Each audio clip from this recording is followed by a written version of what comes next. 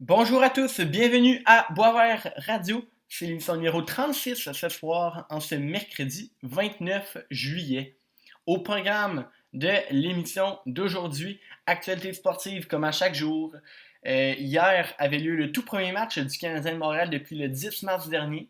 Un match hors concours là, face aux Maple Leafs de Toronto. Donc je vous ferai là, un compte-rendu de la rencontre. Je vous parle de soccer canadien aussi aujourd'hui, puisque la CPL, la Canadian Premier League, a annoncé son plan de retour au jeu.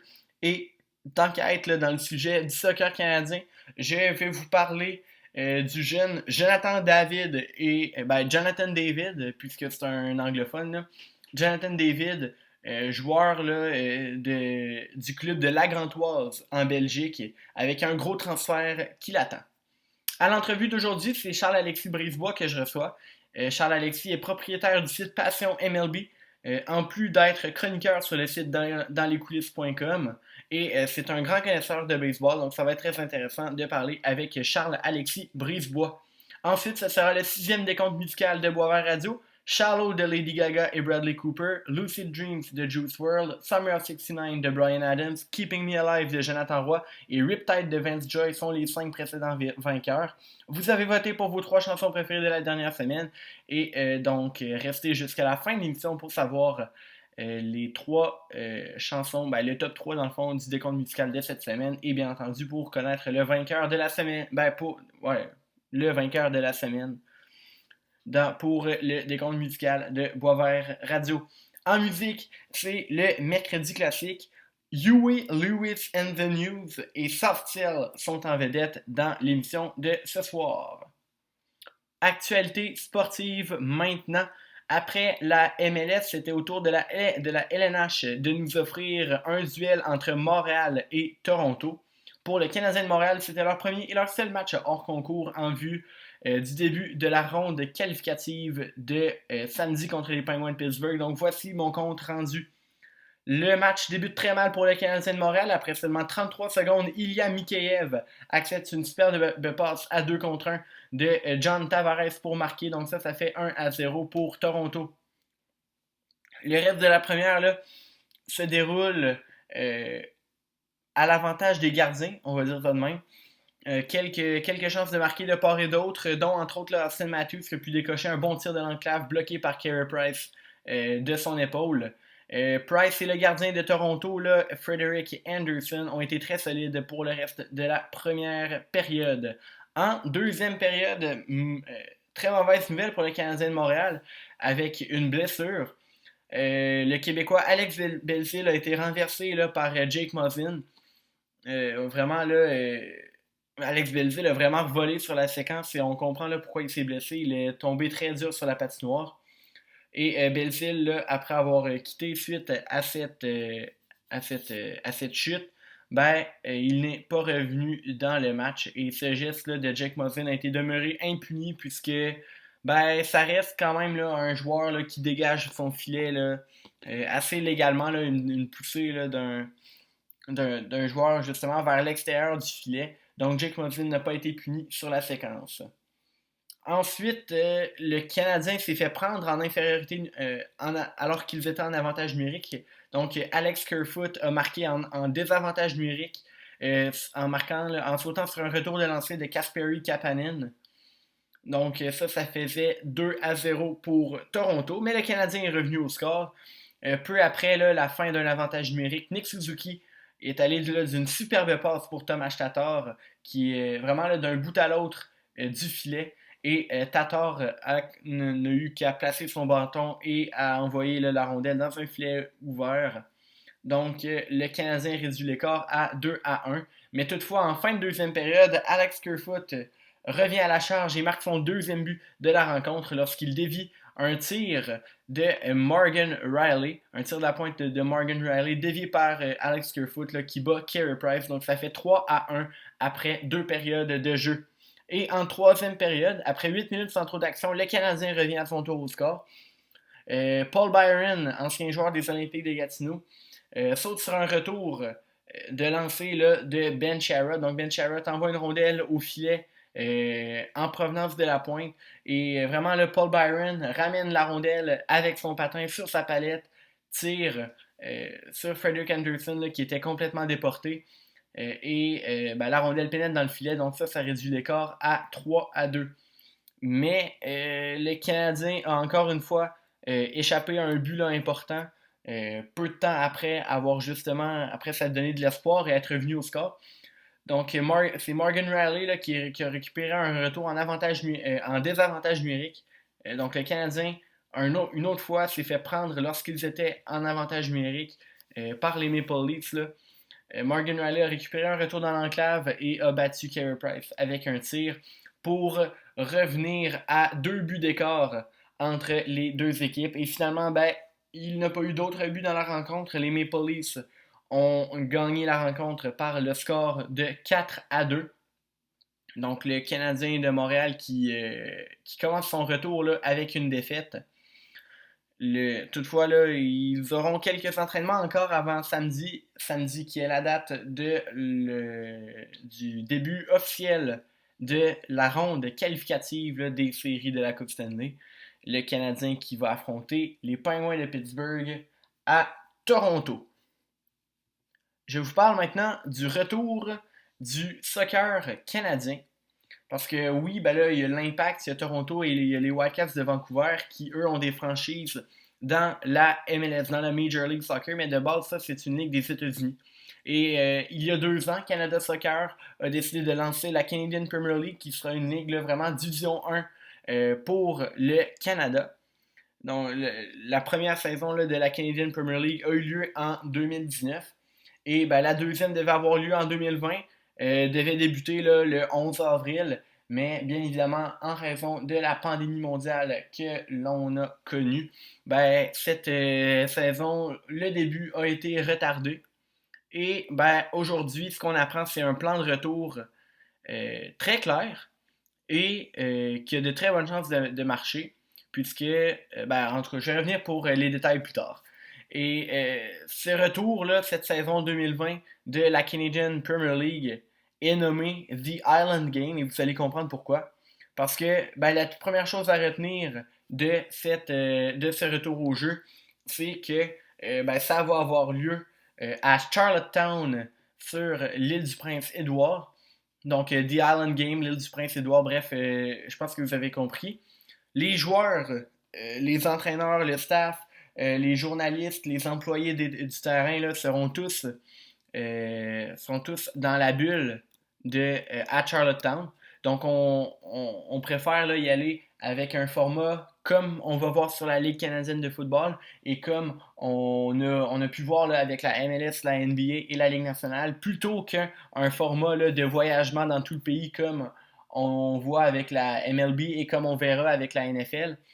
Donc voilà, une bulle à Charlottetown, c'est très intéressant. Et on sait que l'île du Prince-Édouard, c'est un endroit très, très sécuritaire pour ce qui est là, de la COVID-19, puisque l'île du Prince-Édouard au complet, là, je compte pas juste Charlottetown, là, je compte toute l'île du Prince-Édouard au complet, on a compté 36 cas et aucun décès en raison de la COVID-19. Donc c'est un endroit, permettez-moi le mot anglais, assez safe. Quelque chose d'autre à savoir à propos du retour? Oui, le stade. Dans le fond, c'est le stade du campus de l'Université de l'Île-du-Prince-Édouard à Charlottetown qui sera utilisé pour les matchs. Donc, l'Alumni Field qui s'appelle. Il faut savoir que la ville de Charlottetown n'a pas d'équipe de la Canadian Premier League. La majorité là, des équipes proviennent soit de l'Ouest canadien ou de l'Ontario. Il y en a même une à Halifax. Là, donc, Halifax sera le club le plus près là, du retour de la CPL. Oui, donc ça va être à l'Alumni Field sur le campus de l'Université de l'Île-du-Prince-Édouard. Et les matchs débuteront le 13 août prochain. Donc, c'est quand même bientôt. Mais il faut savoir là, que les équipes s'entraînent ensemble depuis quand même un petit bout de temps. Le calendrier au complet n'a pas encore été dévoilé, mais on sait que la toute première rencontre sera une reprise de la finale de l'an dernier entre le Forge FC et le Cavalry FC. Donc, le Forge, si ma mémoire est bonne, et ça, c'est le club de Hamilton et Cavalry, c'est de Calgary. Aussi, il faut savoir que les matchs seront tous disputés à huis clos. Donc, aucun spectateur là, sans trop de surprise. Également, le match, dans le fond, les matchs prendront fin, ben, cette saison là, prendra fin en septembre et un champion sera couronné à la fin là, de cette saison.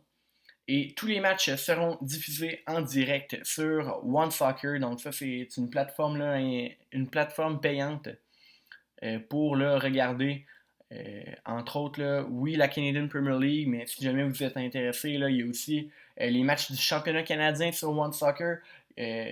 Championnat canadien là, qui implique entre autres l'Impact de Montréal. Il y a aussi les matchs amicaux de l'équipe nationale canadienne. Donc voilà, One Soccer, c'est sur ce quoi là, le retour de la CPL va être diffusé. Pour ce qui est du format de la compétition, donc vraiment les organisateurs ne se sont pas trop cassés la tête. Au total, il va y avoir 35 matchs de, dans la saison 2020 de la Canadian Premier League. Donc la Ligue compte 8 équipes. Donc au départ, bien évidemment, toutes les équipes vont être incluses. Donc, chaque équipe jouera une fois contre chacune des autres équipes. Donc, joueront 7 matchs dans ce qu'on pourrait appeler là, la saison régulière. Mais en tout cas, la Canadian Premier League préfère ça appeler la première ronde. Ensuite, les quatre meilleures équipes, là, les 4 équipes qui vont avoir le plus de points après cette première ronde vont passer à la deuxième ronde. Donc ça, on pourrait appeler ça les séries, entre guillemets, puisque les 4 premiers vont passer justement et on va retrouver un format à la ronde. Donc chacune des 4 premières équipes vont réaffronter les trois autres équipes là, avec eux. Et bien entendu, ça va être des matchs simples, donc chaque équipe va avoir joué 3 matchs finalement à la fin de la deuxième ronde. Et finalement, ce qu'on va faire, c'est qu'on va prendre les 2 premières équipes de cette deuxième ronde et on va aller dans la troisième ronde qui est en quelque sorte également la finale. Les 2 premiers iront en finale et on aura droit à un match simple, donc un seul match, toujours là, disputé à la Lumney Field de Charlottetown. Et le gagnant de ce match-là va être le champion 2020 de la Canadian Premier League. La Ligue a évalué d'autres villes en option, là, soit Langford en Colombie-Britannique et Moncton au Nouveau-Brunswick, mais finalement Charlottetown a été choisi pour le retour de la Canadian Premier League. Donc si ça vous intéresse, ça commence le 13 août. Et finalement, je vous parle de Jonathan David. Qui est Jonathan David? Je me rappelle, je vous avais déjà parlé de Alphonso Davies, qui est vraiment là, un prodige canadien qui domine vraiment là, en Europe, qui est vraiment très performant avec le Bayern Munich. Mais un autre prodige canadien est sur le point de mettre l'Europe à ses pieds. Il s'agit, comme je vous l'ai mentionné, de Jonathan David. Donc, David, il est déjà très performant là, avec l'équipe nationale canadienne masculine. Vraiment, là, il est quand même très jeune. Et David est vraiment là, a vraiment là, passé à un autre niveau cette saison. Comme je vous l'ai dit plus tôt dans l'émission, là, Jonathan David évolue dans le club belge de la Gantoise. Et cette année, il a été dans les meilleurs joueurs de la ligue. Là, en tant que milieu offensif central, il a amassé 18 buts et 8 passes décisives en 27 rencontres. Donc, c'est une excellente récolte pour le jeune Canadien. Et bien évidemment, la Gantoise étant une équipe peu connue, peu prestigieuse, là, c'est clair que David, avec la saison qu'il vient de connaître, a ouvert les yeux de nombreux autres clubs à travers l'Europe pour, bien évidemment, le recruter. Donc, tout d'abord, là, on a pu constater un intérêt marqué de la part du LOSC Lille. Donc, le LOSC Lille, c'est le club justement de la ville de Lille en France. Et cette équipe-là a quand même offert un grand total de 25 millions d'euros pour obtenir Jonathan David. Mais la Gantoise a refusé.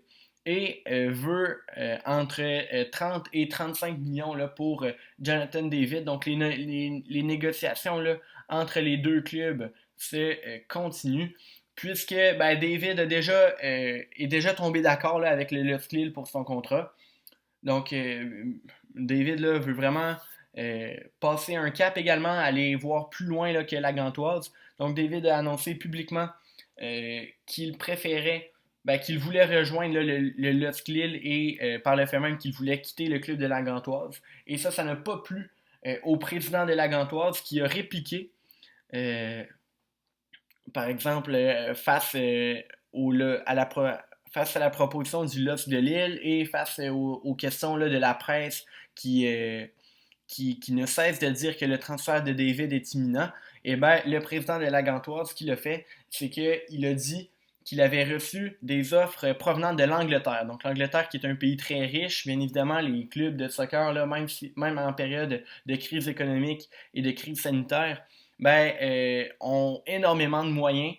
Et les plus récents promus en Premier League, donc les champions de la deuxième division anglaise, Leeds United, aurait fait une offre à Jonathan David, selon ce qu'a dit là, le président du club de la Gantoise. Donc bref, le feuilleton se poursuit. À mon avis, la Gantoise là, va finir par craquer et vendre David au Lusk de Lille. Toutefois, Lille va sûrement devoir augmenter son offre un peu pour aller chercher David. Donc, comme je disais là, c'est un feuilleton qui se poursuit. Mais rappelez-vous que ce n'est qu'une question de temps avant de conclure, là, avant que le transfert le plus cher impliquant un joueur canadien se conclue. Donc, c'est vraiment là quelque chose, le soccer canadien qui est en pleine progression. Et ça se poursuit. Et on le voit là avec des prodiges comme Alphonso Davies et Jonathan David qui mettent l'Europe à leurs pieds. Donc c'est tout pour l'actualité sportive aujourd'hui. Allons en musique maintenant. Bon, personnellement, moi j'adore le cinéma et c'est pourquoi à Boisvert Radio, je vous ai offert des chansons tirées de bandes sonores officielles de certains films. On n'a qu'à penser à A Star Is Born avec Shallow que je vous avais fait jouer, ou au film là, Spider-Man in the Spider-Verse avec la chanson Sunflower. Et aujourd'hui, je vous en offre une autre. Dans le film Back to the Future, on retrouve la chanson de Huey Lewis and the News. La chanson s'appelle The Power of Love. Donc on va écouter à l'instant cette chanson-là. Et au retour, Charles-Alexis Brisebois est avec nous. Restez là.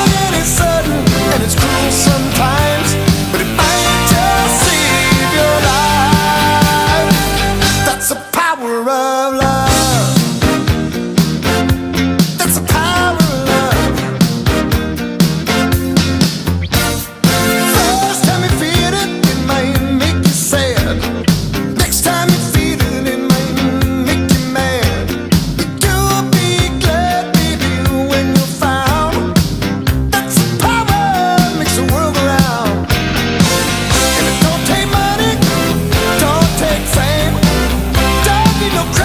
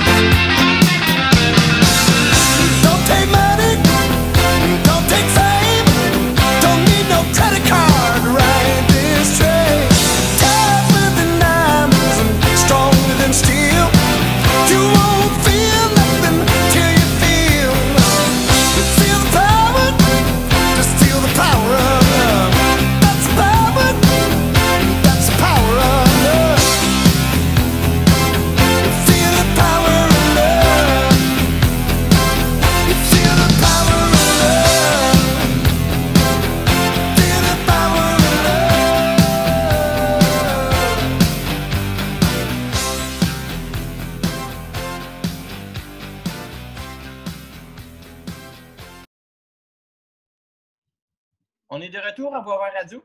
Aujourd'hui, on parle baseball pour la troisième entrevue de la semaine avec Charles-Alexis Brisebois. Charles-Alexis est propriétaire du site Passion MLB et il est aussi chroniqueur pour le site Dans les coulisses. Salut Charles-Alexis, ça va?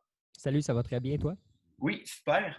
Tout d'abord, parle-moi de Passion MLB. Tu es chroniqueur depuis le tout début là, du site, soit en 2016. Qu'est-ce qui t'a convaincu d'embarquer dans le projet dès le départ? En fait, j'ai toujours été un grand amateur de baseball. Bon, j'ai joué quand j'étais jeune. Puis quand j'ai vu que ce projet-là commençait, moi, j'ai vu l'opportunité justement d'embarquer dans la vague et de me créer une communauté baseball parce que c'est surtout ça aussi un petit peu le but de Passion MLB, c'est d'avoir une place pour se créer une communauté pour le baseball. Puis moi, c'est ce que ça a fait. J'avais pas beaucoup de gens dans ma vie qui aimaient le baseball. Donc, ça m'a permis de me faire des amitiés à ce niveau-là et d'écrire évidemment sur une grande passion que j'ai et que j'ai réussi à développer aussi parce que je pense que l'appétit vient en mangeant. Donc, en écrivant, en lisant, forcément, on s'intéresse de plus en plus au sport. Puis Mm. pour moi, c'est ce que ça a eu comme impact Passion MLB. Parfait. Quelle est la mission de Passion MLB? Quel est le but du site, dans le fond? Le but du site, c'est vraiment d'offrir la meilleure information baseball en français aux amateurs, autant du Québec que de la France. On a un gros lectorat qui est en France et on ne l'oublie pas, évidemment. Mm. Euh, j'aime le fait qu'on soit souvent ou la plupart du temps les premiers sur la nouvelle ou dans les premiers sur la nouvelle parce que les amateurs méritent de lire sur ce sport-là en français. Puis c'est de regrouper l'information qu'on retrouve. Donc, évidemment, Twitter est un outil de travail que j'utilise à tous les jours, à toutes les heures, à toutes les minutes pratiquement. Donc, OK. essayer de voir toujours les nouvelles informations qui sont sorties de la part des informateurs du monde du baseball, puis c'est de les relayer pour que l'amateur qui lit le premier texte le matin jusqu'au dernier texte le soir, en passant par les 10e manches ou les MLB en bref qu'on a, se dit j'ai un résumé complet de ce qui s'est passé dans le monde du baseball aujourd'hui. Parfait. Puis est-ce que le site traite juste de la MLB ou est-ce que ça traite, par exemple, de baseball soit asiatique ou même de baseball indépendant là, au Québec? On y va vraiment avec la nouvelle et ce qui intéresse les lecteurs. Donc, évidemment, en voyant les statistiques, on voit que certaines nouvelles peuvent avoir du succès ou surtout intéressent les gens. Donc, on va continuer de les traiter. Mais la mission première, c'est vraiment de parler du monde de la MLB. Parfait. Comment est-ce que le site Passion MLB a grandi là, à travers les années? Là, ça a commencé en 2016, ça fait qu'aujourd'hui on est en 2020, ça fait 4 ans. Quelles ont été là, les étapes qui ont mené Passion MLB vers ce qu'il est aujourd'hui, c'est-à-dire la référence baseball là, quasiment au Québec? En fait, ça a été des petites victoires. Donc, forcément, à force d'écrire, on se fait reconnaître un petit peu plus. On se fait inviter à des événements. Donc, ça peut nous aider justement à obtenir de la visibilité. Certains textes aussi qui voyagent un petit peu plus sur les réseaux sociaux, qui ont obtenu beaucoup de mentions j'aime, beaucoup de commentaires, beaucoup de partages. Ça fait en sorte qu'il y a de plus en plus de gens qui vont s'abonner à la page Facebook et forcément qui nous retrouvent parce qu'on a une grande partie du lectorat qui proviennent de la page Facebook et non pas en direct sur le site. Donc, c'est ce qui fait en sorte que des petites victoires comme ça, des gros textes qui arrivent à rejoindre beaucoup de gens, des nouvelles sur les expos, par exemple, qui voyagent beaucoup, ça permet d'augmenter la base de partisans. Puis des fois, il suffit d'un lecteur qui le voit et qui devient un lecteur régulier, qui en parle à ses amis. Donc, c'est vraiment ce qui nous a permis de grandir à ce niveau-là. OK, c'est hot. Juste ça, là, 13 articles ont été publiés sur le site. C'est quand même vraiment beaucoup. Là. Le site est vraiment très actif. Comment vous faites justement là, pour être aussi actif que ça? C'est vraiment une équipe formidable. C'est des bénévoles qui sont avec moi dans cette aventure-là, puis je ne peux pas les remercier assez parce que justement, je ne pourrais pas écrire 13 textes par jour moi-même tout seul, ce serait Ouais. impossible, c'est une trop grosse charge de travail. Puis, c'est sûr que c'est moi qui coordonne ça, donc qui fait l'horaire, par exemple, et les gars ont des cases horaires à laquelle il faut qu'ils sortent des textes finalement. Puis, c'est des gars qui sont super dévoués, des gars, je dis des filles aussi, là, Ouais. qui sont super dévoués, qui adorent le baseball, puis qu'on sent vraiment qu'ils en prêts à mettre les heures pour m'aider dans ce projet-là. Puis c'est ce qui fait la réussite là, du site. Excellent. Depuis février dernier, euh, tu es propriétaire du site Passion MLB. Quelles tâches différentes dois-tu effectuer dans ce rôle-là? C'est vraiment de coordonner les activités, donc s'assurer qu'il y ait toujours des bons sujets, mettons, à la disposition des writers qui sont vraiment capables de trouver eux-mêmes parce qu'ils suivent le baseball, mais c'est de les aider parce que ce qui s'est passé durant la journée à fond comme moi, je peux avoir le temps.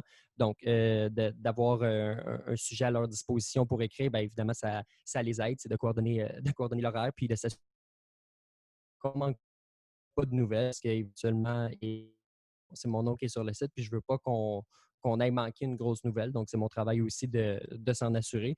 Mais je le répète encore, là, sans l'équipe, je n'arriverai pas à faire un aussi beau travail que le résultat qu'on a à tous les jours présentement. Good.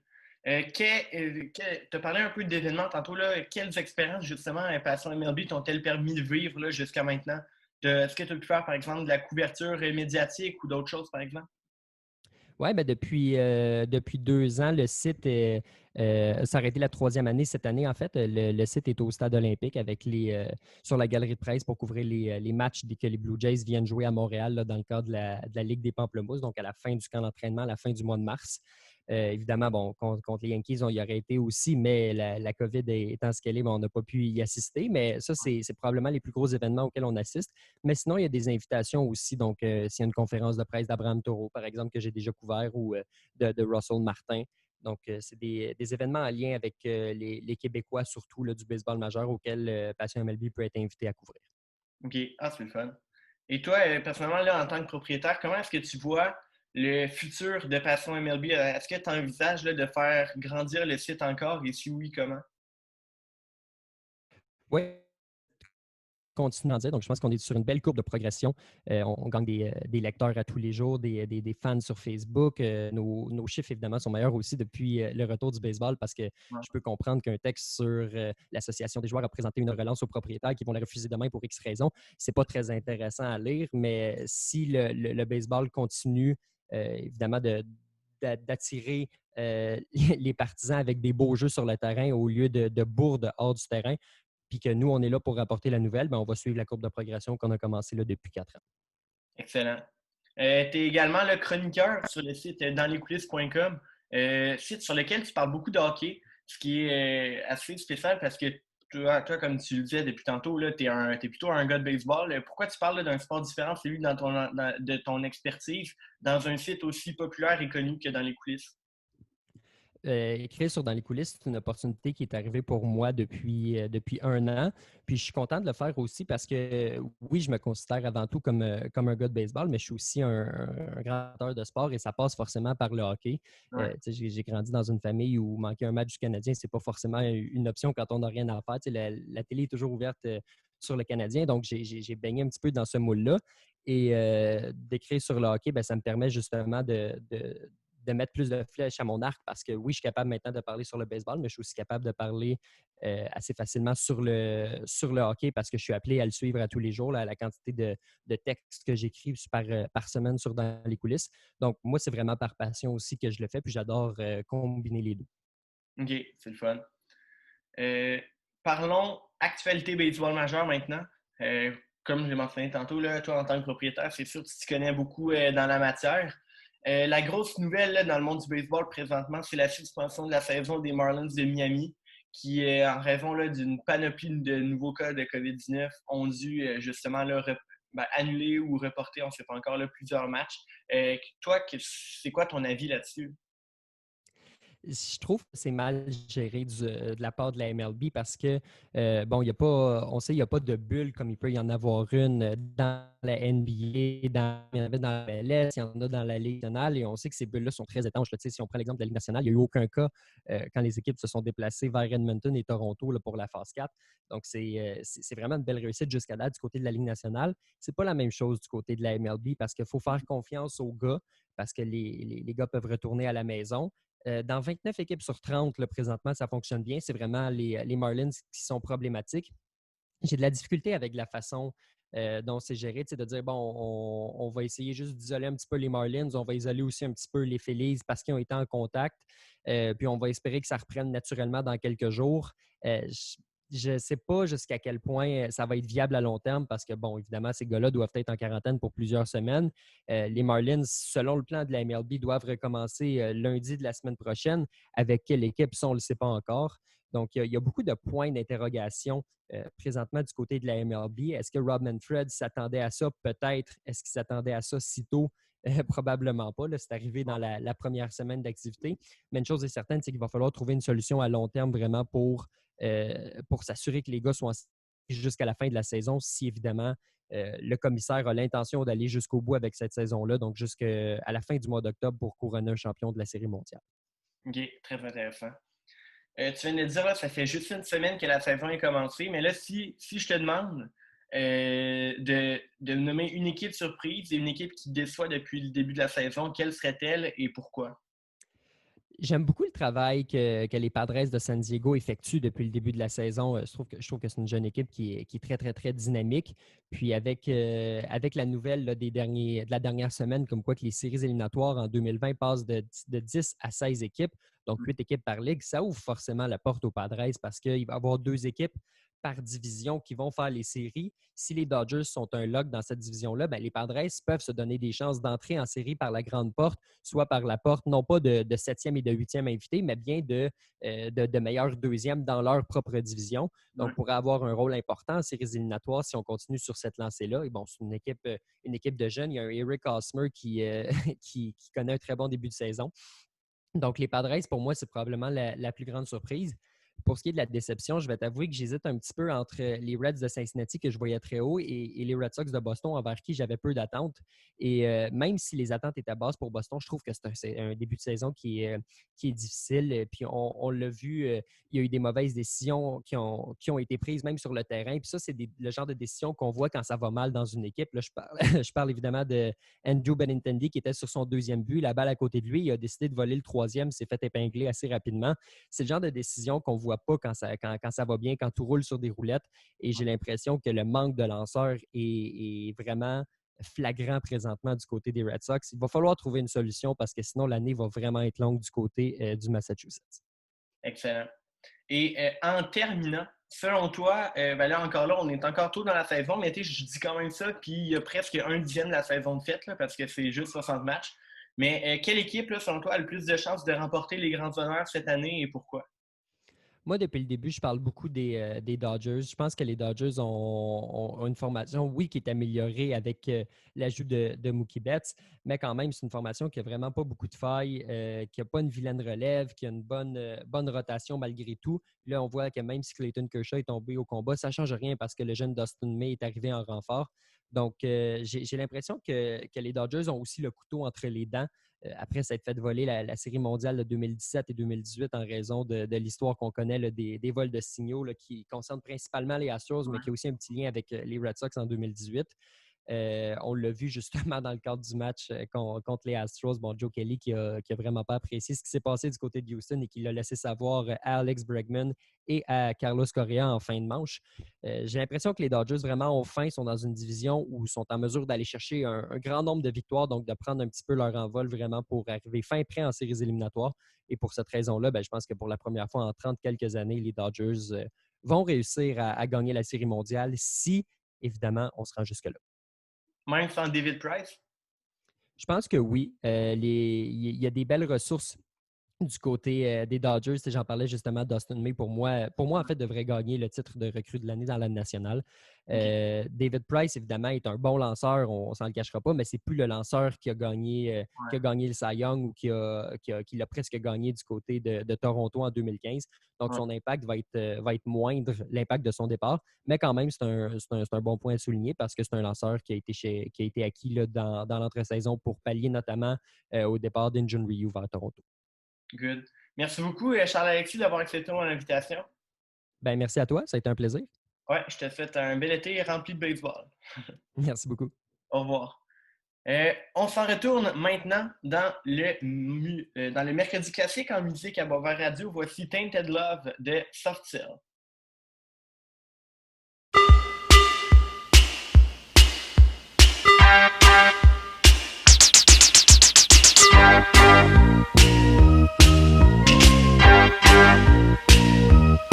Sometimes I feel I've got to run away, I've got to get away from the pain you drive into the heart of me. The love we share seems to go nowhere, and I've lost my light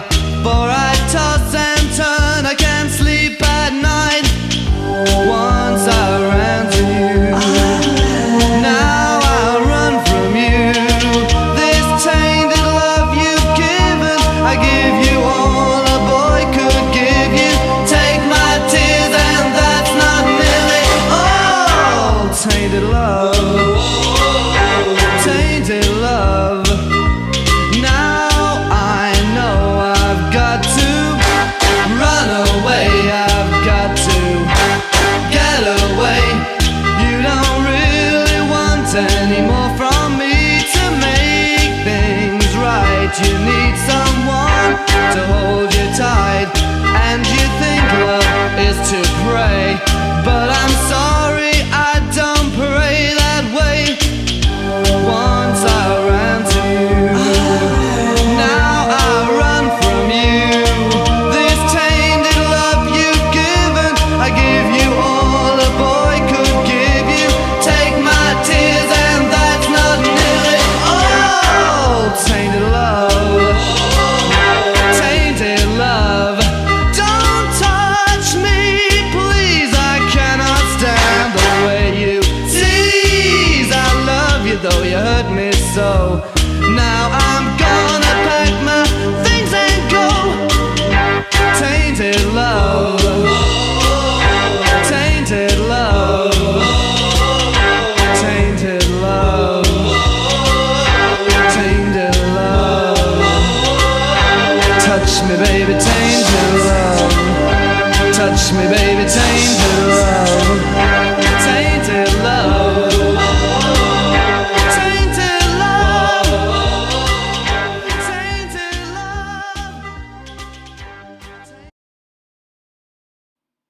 C'est maintenant l'heure du décompte musical de Boisvert Radio. Cette semaine, c'est le 6e. Donc, tout d'abord, là, je tiens à remercier les personnes qui ont voté. Et pour le numéro 1, ça s'en vient, là. Patienter quelques instants parce qu'on va commencer avec le numéro 3. Et cette semaine, on va rejoindre un ancien membre du groupe One Direction. Voici Harry Styles avec un des plus gros hits de l'été, Watermelon Sugar. Watermelon sugar, strawberries on a summer evening. Baby, you're the end of June. I want your belly and that summer feeling. Getting washed away in you. Breathe me in, breathe me out. I don't know if I could ever go without watermelon sugar high, watermelon sugar high, watermelon sugar high, watermelon sugar high, watermelon sugar high, watermelon sugar high, watermelon sugar high, watermelon sugar high. Au numéro 2 maintenant, on retrouve Lucas Graham avec de loin son plus gros hit. Voici 7 Years.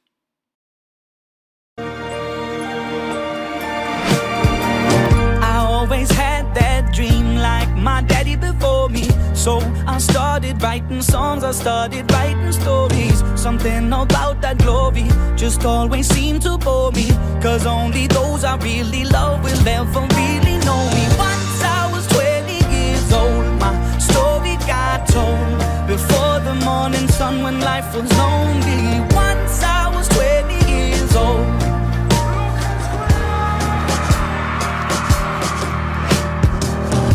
Only see my goals, I don't believe in failure. Cause I know the smallest voices, they can make it major. I got my boys with me, at least those in favor. Et au numéro 1 cette semaine, pour la deuxième fois de l'histoire de Boisvert Radio, on retrouve une chanson québécoise après Keeping Me Alive. Et cette semaine, en plus de la québécoise, c'est une chanson francophone. Voici Allez de Domino et Cain. Serre-moi un autre verre, on dansera comme des vieux frères. Ce soir, on met le feu au plancher. Tant pis pour ceux qui partent et que soient bénis ceux qui s'embarquent. Ensemble, on peut se faire oublier.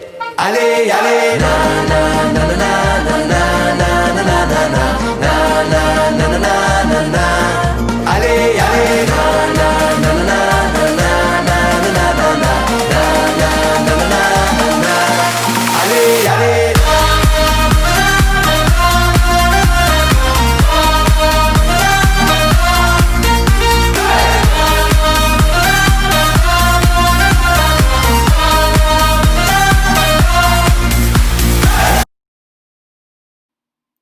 Donc voilà, c'est tout pour ce 6e décompte musical de Boisvert Radio, remporté cette semaine par Allez de Domino et Cain. Pour la semaine prochaine, il y aura un décompte musical également. Vous aurez le sondage va être en ligne samedi matin. Donc, vous pourrez aller voter là, sur la page Facebook de Boisvert Radio en me disant vos 3 chansons préférées parmi les 10 qui auront passé cette semaine dans les commentaires. C'est tout pour l'émission de ce soir. Merci beaucoup à Charles-Alexis Brisebois pour la superbe entrevue. Demain, à l'émission, on va recevoir Gabriel Leblanc. Donc, Gabriel Leblanc est un journaliste émergent là, qui fait entre autres partie de l'équipe des communications des Remparts de Québec. Donc, ça va être très intéressant de parler avec Gabriel Leblanc. Également, demain, là, comme à chaque jeudi, il y aura chronique de Thomas Beauchemin. Pour la ligne ouverte, le sujet de la ligne ouverte a été mis aujourd'hui là, en ligne sur Facebook. Donc, je vous invite à y participer. La question, c'est que retenez-vous des matchs hors concours de la LNH? Donc, il y en a eu hier, il y en a aussi énormément aujourd'hui. Donc, j'espère que vous voudrez participer. Je prends 2 places comme à chaque semaine, donc vous n'avez qu'à m'écrire en privé sur le Facebook de Boisvert Radio ou sur mon compte Facebook personnel, Charles Boisvert. Donc, merci beaucoup à tous d'avoir été à l'écoute ce soir. On se revoit demain pour une nouvelle émission à Boisvert Radio.